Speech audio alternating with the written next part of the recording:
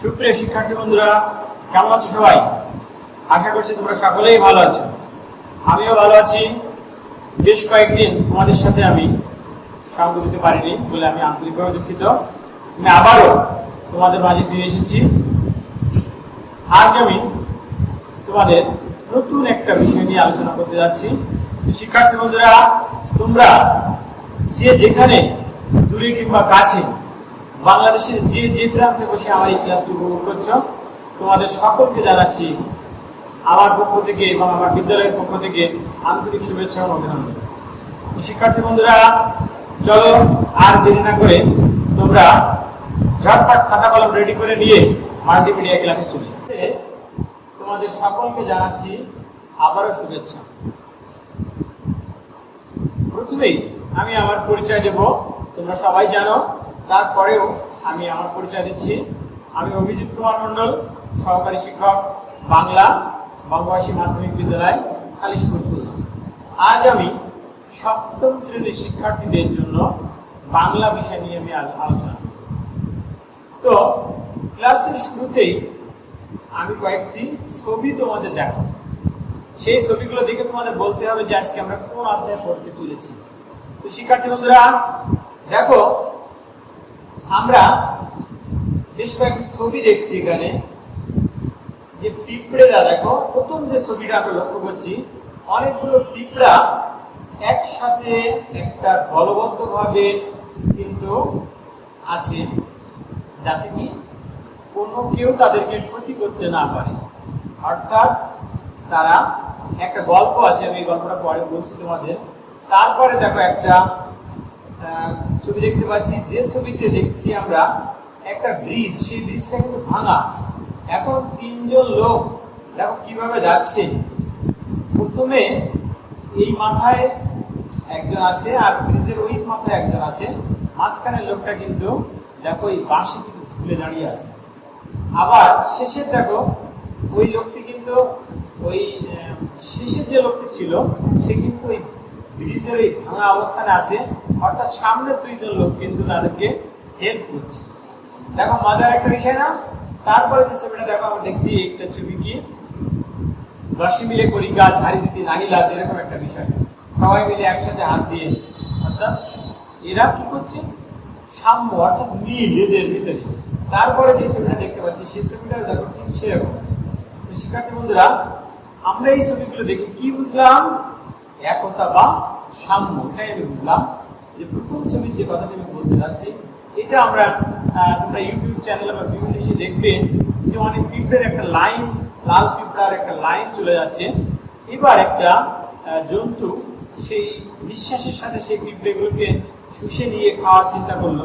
তখন পিঁপড়ের সর্দার কি করলো, যে একটা ইউনিট তৈরি করে সেই সাথে সাথে একটা গোল তৈরি করে ফেললো। এইবার ওই জন্তুটা যখন একেবারে নিঃশ্বাস জোরে টানিয়ে যখন ওই পিঁপড়েগুলোকে নিয়ে আসলো, তখন সব পিঁপড়াগুলো কিন্তু একসাথে একটা বলের মতো আকৃতি হয়ে গেছে। তখন কি করলো, তারা প্রত্যেকেই ওই জন্তুটার সুরের ভেতরে হুল ফোটাতে লাগলো। তারপরে ওই জন্তুটা কিন্তু পিঁপড়েগুলোকে ছেড়ে দিয়ে নিজেই পালিয়ে চলে গেল। অর্থাৎ 10 মিলে করি কাজ, হারি জিতি নাহি লাজ। তো শিক্ষার্থী বন্ধুরা, আমরা এই ছবিগুলো দেখে তাহলে কি বুঝলাম? একতা বা সাম্য। ঠিক আছে? তাহলে আমরা আজকে কি পড়াতে চলেছি?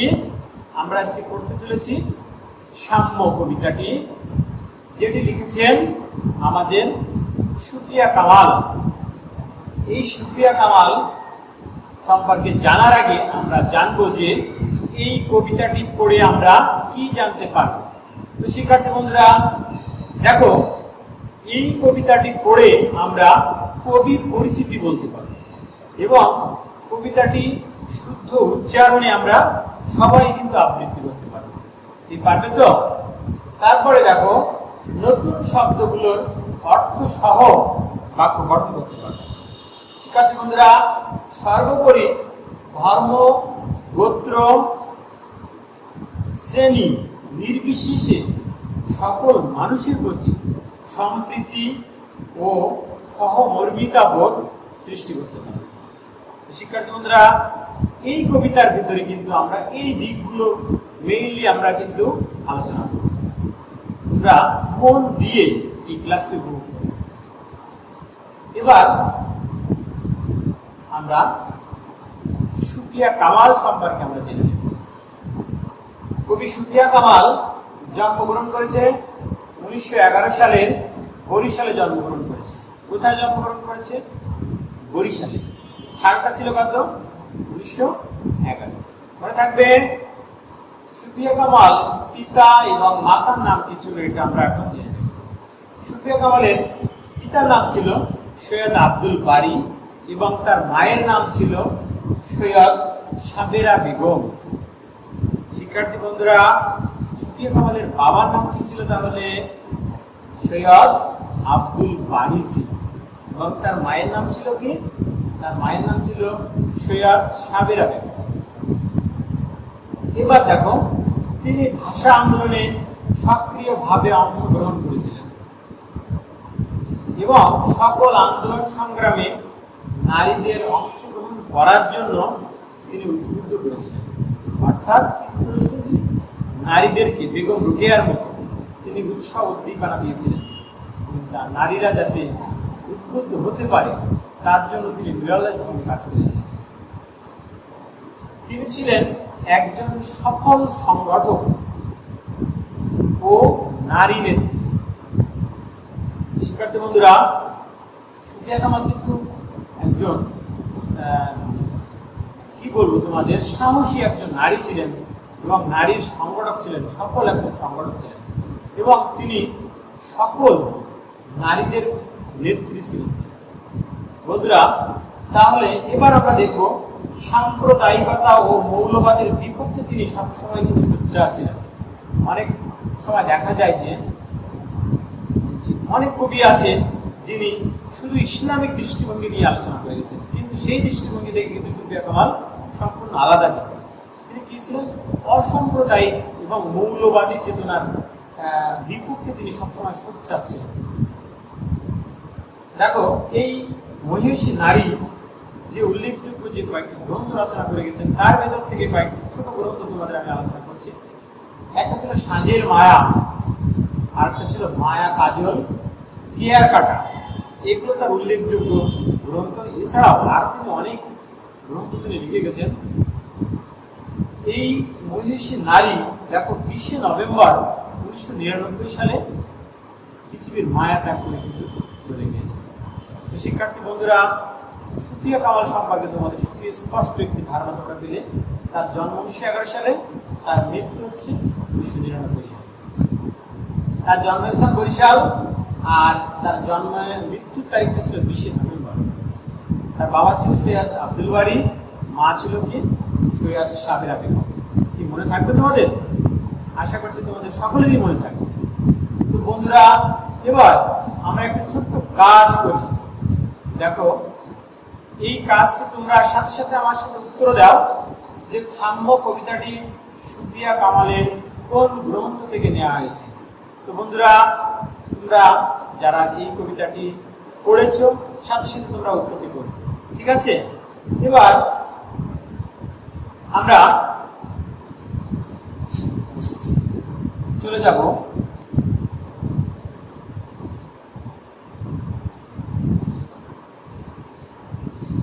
কবিতাটি আমরা আবৃত্তি করবো সুন্দরভাবে। তোমরা একটু খেয়াল করো।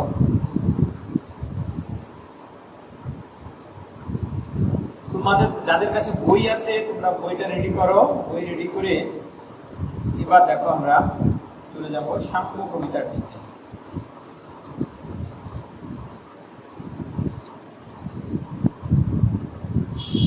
শতকের সাথে শতহস্ত মিলায়ে একত্রিত।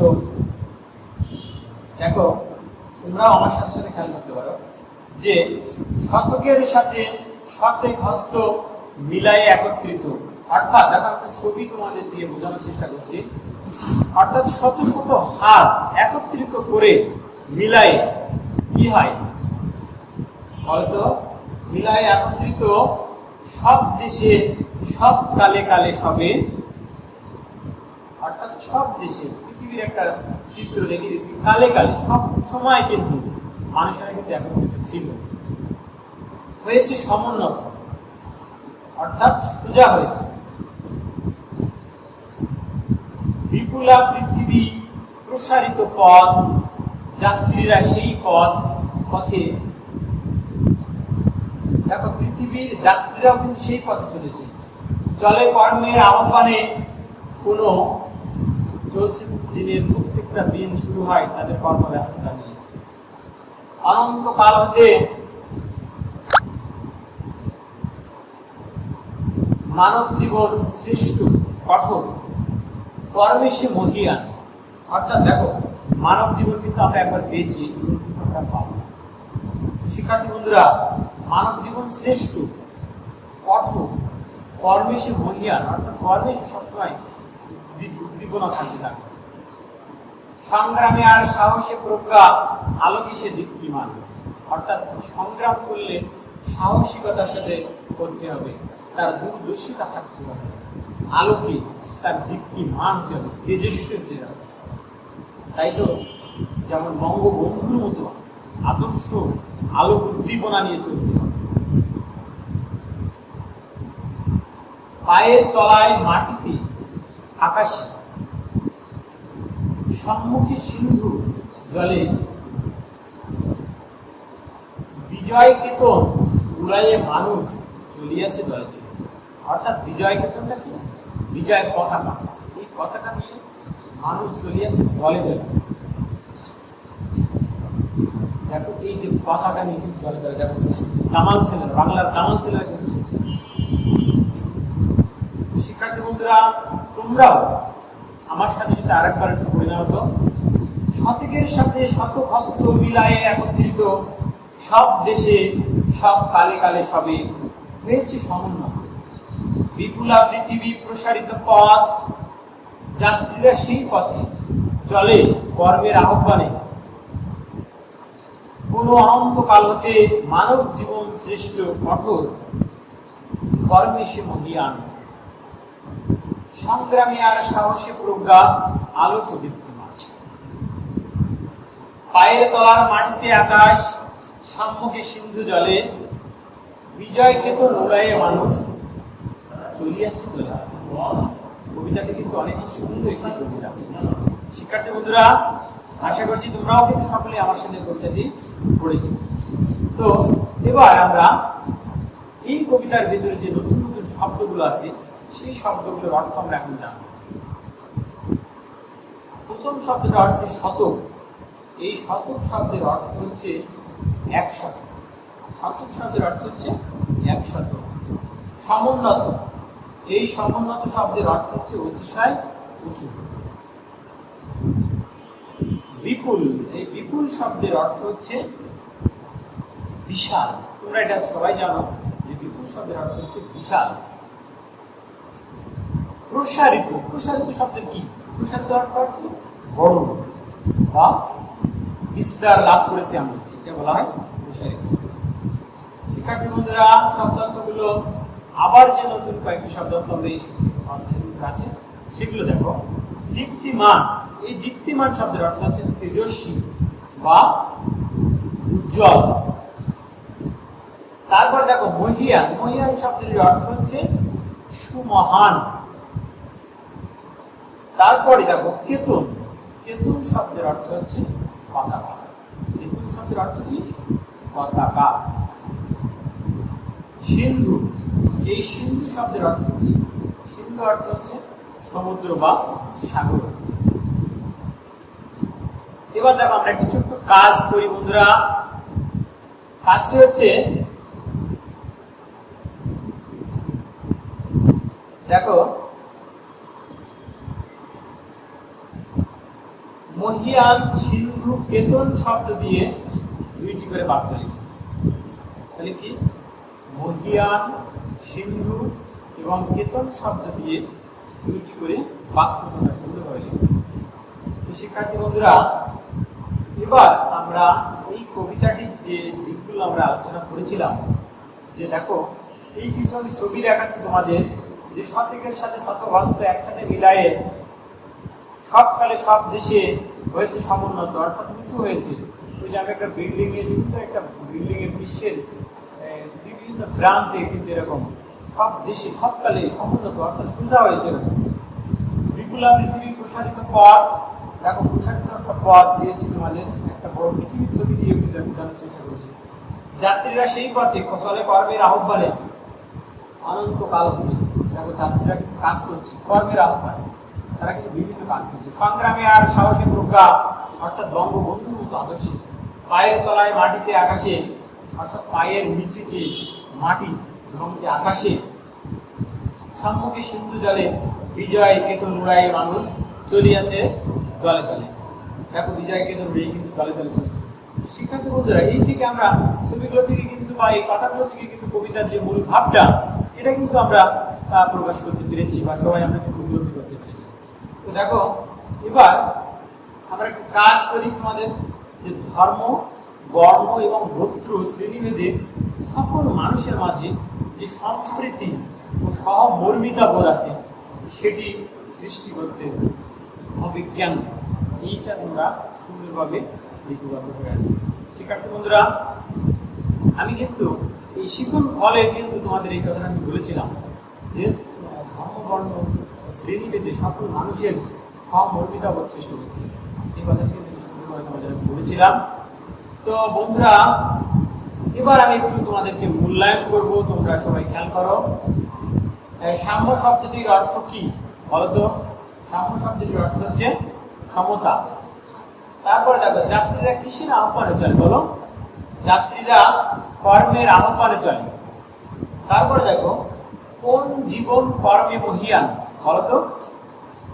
মানব জীবন কর্মে মহিয়ান, অর্থাৎ মানুষের জীবন কর্মে সে মহিয়ান, সুমহান। পৃথিবীর প্রতিটি মহৎ কাজের পেছনে রয়েছে কি? পৃথিবীর প্রতিটি মহৎ কাজের পেছনে রয়েছে মানুষের সম্মিলিত প্রচেষ্টা। কবি সকলকে কি মেলাতে বলেছেন? কবি সকলকে হাতে হাত মিলাতে বলেছেন, অর্থাৎ হাতে হাত মিলিয়ে যদি কাজ করা হয় তাহলে কোনো কাজই কিন্তু আমাদের কঠিন থাকবে না। দেখো এবার আমি তোমাদের একটু ছোট্ট মূল্যায়ন করবো বন্ধুরা, তোমরা মন দিয়ে একটু খেয়াল করো। কবি সাম্য কবিতায় কত হাতের সাথে একত্রিত হতে বলেছেন? 1000 হাত, 7 হাত, 50 হাত, 200 হাত। বলো তো কোনটা হবে? দেখো সঠিক উত্তরের জন্য আমরা এখানে ক্লিক করলে পেয়ে যাবো 7 হাত কিন্তু তিনি আমাদেরকে মিলাতে বলেছেন। তারপর দেখো সাম্য কবিতায় মানব দেহের কোন অঙ্গের নাম রয়েছে বলতো? মাথা, বুক, কাঁধ, গলা, ঠোঁট, কান, হাত, পা। দেখো তো কি হবে এটা? এটা হচ্ছে হাত পায়ের কথা বলা হয়েছে, হাত এবং পায়ের কথা বলা হয়েছে। শিক্ষার্থী বন্ধুরা, এরপরে আমরা চলে যাব আরেকটু তোমাদের মূল্যায়ন করতে চাই। সাম্য কবিতাটি পাঠের উদ্দেশ্য কি বলতো? শ্রেণীভেদে সকল মানুষের মধ্যে সৌহার্দ্যের পরিবেশ সৃষ্টি করতে হবে, সম্প্রীতির পরিবেশ সৃষ্টি করতে হবে, সম্মিলিত শক্তি ও অসম সাহসী অর্জন করতে হবে। দেখো কোনটা হবে? আমরা ক্লিক করবো সঠিক উত্তরের জন্য 1 এবং 2, অর্থাৎ শ্রেণীভেদে সকল মানুষের মধ্যে সৌহার্দ্যের পরিবেশ সৃষ্টি করতে হবে এবং সম্প্রীতির পরিবেশ সৃষ্টি করতে হবে। দেখো বন্ধুরা, এর লাস্টে একটা প্রশ্ন আমি তোমাদের করবো, পৃথিবীর মহৎ কাজের পেছনে কোন সত্যটি প্রতিফলিত হয়েছে বলতো? পৃথিবীর মহৎ কাজের পেছনে যে সত্যটি প্রকাশিত হয়েছে, দেখো তোমরা, সম্মিলিত প্রচেষ্টা। এই সম্মিলিত প্রচেষ্টার বিষয়টা কিন্তু প্রতিফলিত হয়েছে। শিক্ষার্থী বন্ধুরা, এবার তোমাদের আমি বাড়ির কাজ দেব, তোমরা মন দিয়ে এই কাজটি লিখে নাও। 10 মিলে করি কাজ, হারি জিতি নাহি লাজ। এই চরণটি সাম্য কবিতা অবলম্বনে ব্যাখ্যা করে আনবে। তো শিক্ষার্থী বন্ধুরা, এত সময় আমি তোমাদের এই সুন্দরভাবে কিন্তু এই কবিতাকে বোঝানোর চেষ্টা করেছি। আশা করছি তোমরা সকলেই বুঝতে পেরেছ। তো তোমরা এই কবিতার যে যে কাজগুলো আমি তোমাদের দিয়েছি সেই কাজগুলো তোমরা সুন্দরভাবে করবে বাসায়, এবং যে কাজগুলো তোমাদের দিয়েছি সেই কাজগুলো লিখে তোমরা আমাদের কমেন্ট বক্সে জমা দিতে পারো, আমাদের ফেসবুক পেজে তোমরা মেসেজ করতে পারো আমাদের। তো শিক্ষার্থী বন্ধুরা, এত সময় তোমাদের সামনে আমি সাম্য কবিতাটি নিয়ে আলোচনা করলাম। আবার নতুন একটি ক্লাস নিয়ে তোমাদের সামনে আমি হাজির হব। ততক্ষণ পর্যন্ত তোমরা সকলেই ভালো থাকো, সুস্থ থাকো এবং অবশ্যই বাড়িতে থাকো এবং বাবা মায়ের কথা তোমরা মন দিয়ে শুনবে। আমি কিন্তু প্রত্যেকটি ক্লাসে কিন্তু এই একটা কথাই তোমাদের আমি বুঝাই, বারবারই বলি যে বাবা মা আমাদের প্রত্যেককে কিন্তু পৃথিবীর আলো দেখিয়েছেন। অর্থাৎ তাদের অবদান আমাদের জীবনে কিন্তু বলে শেষ করা যাবে না। আমাদের গায়ের চামড়া দিয়ে যদি তাদের গায়ের জুতা তৈরি করে দেওয়া হয় কিন্তু তাদের ঋণ শোধ হবে না। তোমরা সকলেই বাবা মায়ের কথা শুনবে। তোমরা সকলেই ভালো থাকো, সুস্থ থাকো। সকলের জন্য আবারও বঙ্গবাসী মাধ্যমিক